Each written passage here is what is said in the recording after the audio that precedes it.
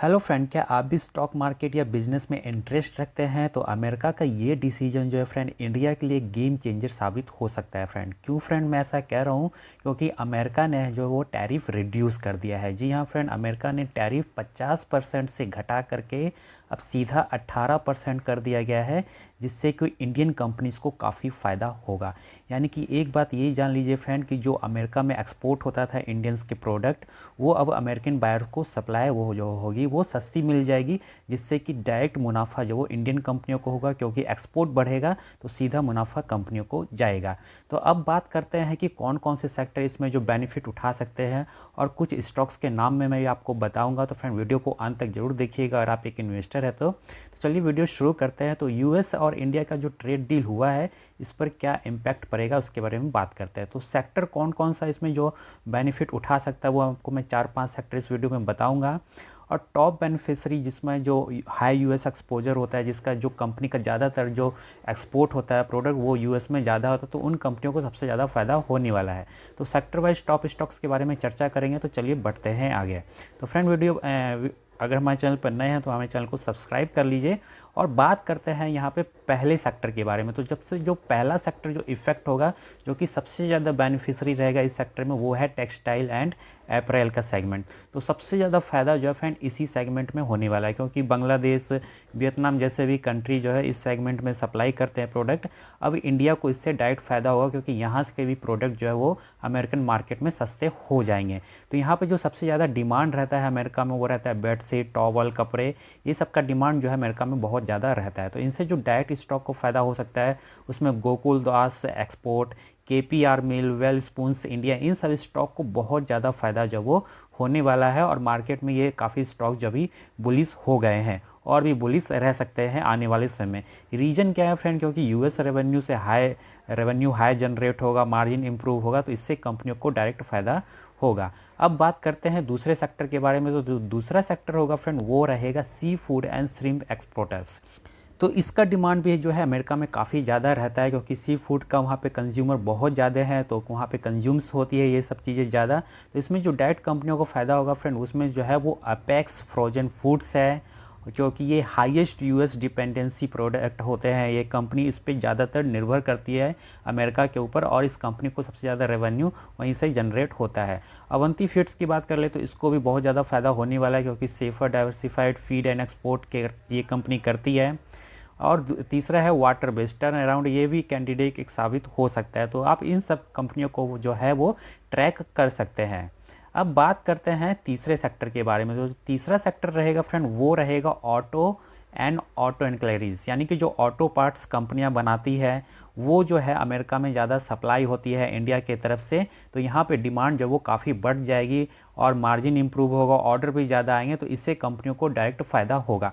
इसमें काफ़ी ज़्यादा जो है डिमांड रहता है वो ईवी, डिफेंस, ये सब में डिमांड ज़्यादा रहता है। ईवी पार्ट्स, ओईएम, इन सब का ऑर्डर जो है अमेरिका से ज़्यादा आ सकता है। तो इससे जो है इंडियन कंपनियों को काफ़ी ज़्यादा फ़ायदा हो सकता है। तो इसमें कुछ स्टॉक्स की फ्रेंड अगर बात कर ले तो सोना बीएलडब्ल्यू, जो कि ईवी एंड यूएस एक्सपोजर, तो ये यूएस का इसमें काफ़ी ज़्यादा एक्सपोजर रहता है, और सोना बीएलडब्ल्यू काफ़ी ज़्यादा प्रोडक्ट जो है वो यूएस में जो है वो एक्सपोर्ट होता है। तो आप इस स्टॉक को नज़र में रख सकते हैं, क्योंकि ये स्टॉक भी आज काफ़ी ज़्यादा बुलिश है और आने वाले समय में भी रह सकता है।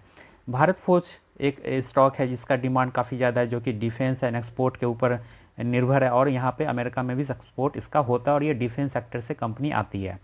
अब बात कर लेते हैं रामकृष्ण फॉर्जिन्स की। तो सीवी रिकवरी प्ले, तो सीवी रिकवरी प्ले के रूप में ये कंपनी को भी आप देख सकते हैं, और ये भी अच्छा बुलिश है। संवर्धन मदरसन, तो ये भी ग्लोबल सप्लायर कंपनी है ऑटो पार्ट्स में, फंडामेंटल भी इसका स्ट्रॉन्ग है, तो आप इस कंपनी को ट्रैक कर सकते हैं। अब बात कर लेते हैं नेक्स्ट सेक्टर के बारे में। तो चौथा सेक्टर जो फ्रेंड होने वाला है वो है केमिकल एंड स्पेशलिटी केमिकल के क्षेत्र में। तो ये भी एक बड़ा मैटर है फ्रेंड, क्योंकि ये वाला जो क्षेत्र है ये काफ़ी समय से अंडर डाउन परफॉर्म कर रहा था। तो ऐसे में अगर जो ट्रेड डील हुआ है तो इस सेक्टर को काफ़ी ज़्यादा जो है बूस्ट मिलने वाला है। तो इसमें आप दीपक नाइट्रेट वगैरह स्टॉक भी अभी अच्छे वैल्यूएशन पे मिल रहे हैं, उनको आप देख सकते हैं। और इसका फ़ायदा एक और भी क्या है फ्रेंड कि चाइना का जो 1+ स्ट्रैटेजी था उसका फ़ायदा इंडिया को मिल जाएगा। टैरिफ रिलीफ हुआ है, ये भी एक बड़ा प्लस पॉइंट है इंडिया के लिए। तो इसमें जो आप स्टॉक ट्रैक कर सकते हैं उसमें SRF है, क्योंकि ये फ्लोरोकेम और पैकेजिंग से संबंधित कार्य करती है, तो आप इस स्टॉक को ट्रैक कर सकते हैं। दूसरा है आरती इंडस्ट्रीज, ये भी स्टॉक काफ़ी समय से अंडर परफॉर्म रहा है, तो ये स्टॉक भी आज काफ़ी ज़्यादा बुलिश है और ये अच्छा परफॉर्म कर रही है आज के डेट में। तो लॉन्ग टर्म कॉन्ट्रैक्ट्स इस कंपनी के पास अच्छे हैं, तो आप इस स्टॉक को भी ट्रैक कर सकते हैं। तीसरा है PI इंडस्ट्रीज़, ये एग्री केमिकल एक्सपोर्ट करती है कंपनी, तो ये भी फंडामेंटल स्ट्रॉन्ग है, इसको भी आप देख सकते हैं। चौथा है विनाइटी ऑर्गेनिक, ये नीच केमिकल्स में आती है, तो इन सभी स्टॉक को फ्रेंड आप देख सकते हैं। और इसमें थोड़ा जो रिस्क यही रहता है कि US डिमांड साइकिल जो कम ज़्यादा होता रहता है, रॉ मटेरियल में वोलेटिलिटी रहती है, तो ये सब थोड़ा बहुत रिस्क रहता है। लेकिन अभी जैसा ट्रेड डील हुआ है तो इन सब कंपनियों को आप ट्रैक कर सकते हैं। अब बात करते हैं नेक्स्ट सेक्टर, इन पांचवा सेक्टर जो है जेम्स एंड ज्वेलरी का। तो ये सेक्टर भी काफ़ी ज़्यादा डिमांड में अब हो जाएगा, क्योंकि US में जो बहुत ज़्यादा डिमांड रहता है जेम्स एंड ज्वेलरी का, जिसमें इंडिया का जो प्रोडक्ट है काफ़ी ज़्यादा वहाँ पे जाता है, तो इससे जो है फ्रेंड इंडिया के कंपनियों को डायरेक्ट फ़ायदा होगा। तो इसमें क्या हो सकता है फ्रेंड कि जो टाइटन है, जो कि सबसे लार्जेस्ट कंपनी है और ये सबसे ज़्यादा सेफेस्ट प्लेयर रहेगा, अगर आपको ज़्यादा रिस्क नहीं उठाना है तो आप टाइटन कंपनी को देख सकते हैं, टाइटन स्टॉक को। दूसरा है राजेश एक्सपोर्ट, ये भी कंपनी बढ़िया कर रही है, तो export leverage, pure export leverage के हिसाब से आप इस कंपनी को देख सकते हैं। तीसरा है कल्याण ज्वेलर्स, ये भी कंपनी जो है काफ़ी अच्छा परफॉर्म कर सकती है, इसके वॉल्यूम ग्रोथ में संभावना जो है बढ़ सकता है, आप इसको देख सकते हैं, इस स्टॉक को ट्रैक कर सकते हैं। रिस्क यही रहता है, गोल्ड प्राइस जो ऊपर नीचे होता रहता है, ये आप हम सब जानते हैं।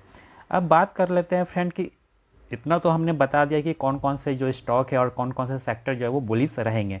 और सबसे ज़रूरी बात ये फ्रेंड कि सिर्फ न्यूज़ पे स्टॉक देख को बाय नहीं करना चाहिए, क्योंकि यहाँ पे रिस्क रहता है। आपको क्या ध्यान रखना है, वैल्यूएशन, रिजल्ट, ग्लोबल डिमांड कैसा है प्रोडक्ट का, कंपनी कैसा परफॉर्म करे, उसके रिसेंट क्वार्टर रिजल्ट वगैरह ज़रूर देखिए और तब अपना एंट्री लीजिए। और अगर वीडियो अच्छा लगा तो वीडियो को लाइक कर दीजिएगा, और हमारे चैनल पर नए हैं तो हमारे चैनल को सब्सक्राइब कर लीजिएगा। और मिलते हैं आपसे अगले वीडियो में। वीडियो देखने के लिए धन्यवाद।